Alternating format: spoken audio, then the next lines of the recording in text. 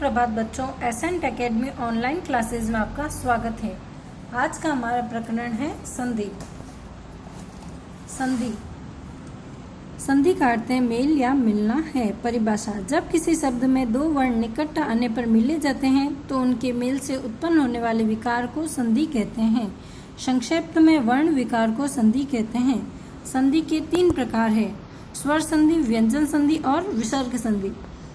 स्वर संधि: स्वर संधि को संस्कृत में अच संधि भी कहते हैं। दो अत्यंत निकट स्वरों को मिलाने से जो विकार उत्पन्न होता है उसे स्वर संधि कहते हैं। स्वर संधि के सामान्यतः तो 8 भेद है और मुख्यतः इसके 5 भेद है। कौन कौन से? दीर्घ संधि, गुण संधि, यण संधि, वृद्धि संधि और अयादि संधि। और सामान्यतः इसके 8 भेद है: दीर्घ संधि, गुण संधि, यण संधि, वृद्धि संधि, अयादि संधि, पर रूप संधि, पूर्व रूप संधि और प्रकृति भाव संधि। सबसे पहले है दीर्घ संधि। इसका सूत्र है अकह सवर्णे दीर्घ। अ, ई, उ, ऋ के बाद में कोई समान स्वर आए तो उसको अ को आ, ई को ई, उ को दीर्घ उ, ऋ को दीर्घ ऋ दीर्घादेश हो जाता है। कैसे? अ धन अ को आ, ई धन ई को दीर्घ ई, उ धन उ को दीर्घ उ, ऋ धन ऋ को दीर्घ ऋ हो जाता है।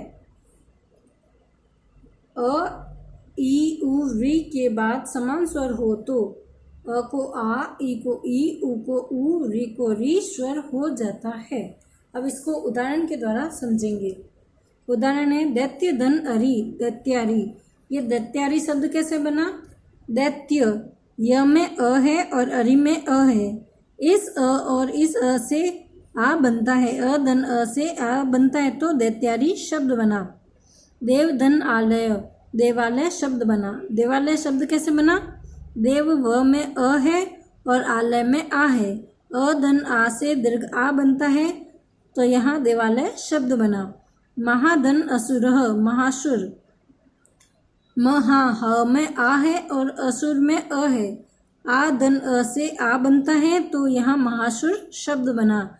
सुधा धन आकरः, सुदाग्रह। सुधा में धा में आ है और आकर में आ है। आ धन आ से दीर्घ आ बनता है तो सुधाकर शब्द बना। बानु धन उदयः, बानुदय शब्द बना। कैसे? बानु में न में उ है और उदय में उ है। छोटा उ और छोटा उ से दीर्घ उ बनता है तो यहाँ बानुदय में दीर्घ उ बना है और बानुदय शब्द बना। लघु धन उर्णः, लघुर्णः। लघु में ग में उ है और उर्ण में उ है। उ धन उ को दीर्घ उ बनता है तो यहाँ लघुर्ण शब्द बना।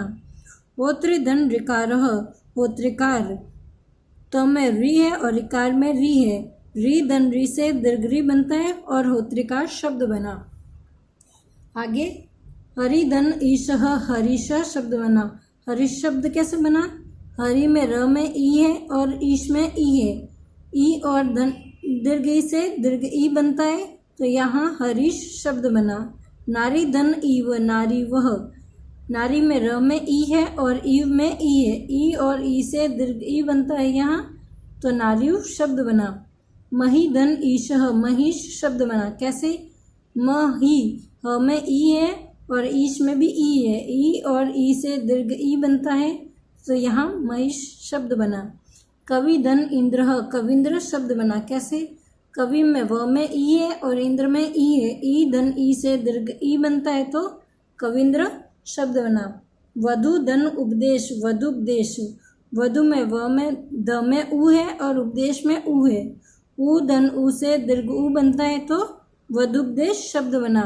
वधु धन ऊंचे, वधुचे शब्द बना। कैसे? वधु में ध में उ है और ऊंचे में उ है।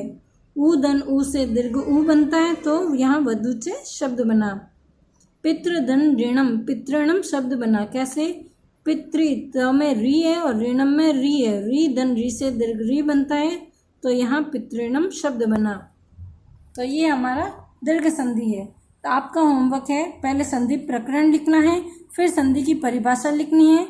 संधि के 3 भेद होता है: स्वर संधि, व्यंजन संधि, विसर्ग संधि। ये तीनों भेद लिखने हैं। फिर स्वर संधि की परिभाषा लिखनी है और इसके 8 भेद लिखने हैं।